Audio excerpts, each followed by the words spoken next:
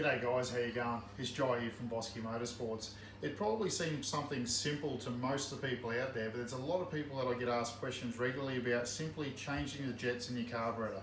So we'll run you through just quickly what little tools you'll need for the different carburetors and what we can do.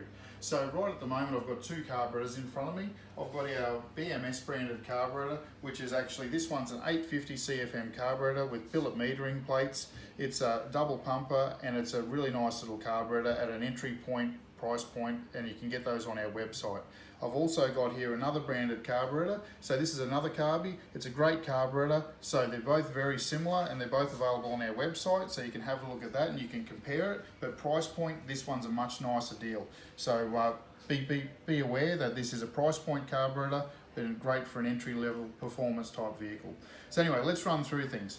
So with this other carburetor here, you'll need a 5/16 or an 8mm socket or T-bar to undo the float bowl there. We'll move over to the other one where we use an Allen key. This one's got an Allen key bolt, and we've already undone the float bowl on here and we've taken it off there to show you the metering plate.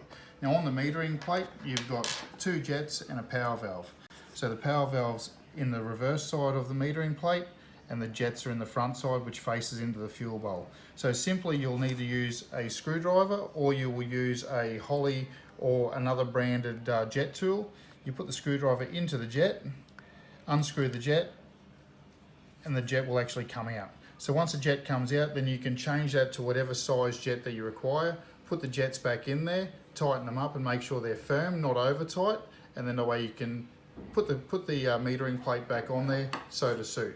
Make sure that the gaskets are still in place on the body here.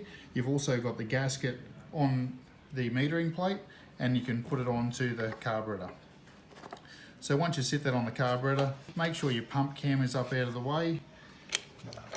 Make sure accelerator pump is out of the way.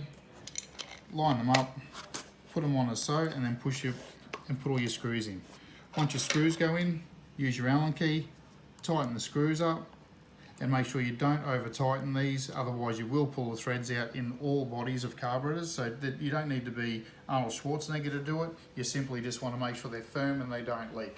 So that's pretty well a nice simple way to change the jets in your carburetor, and you can make sure that you get that tune exactly where you need it. So just remember, a smaller jet to make it leaner, a bigger jet to make it richer.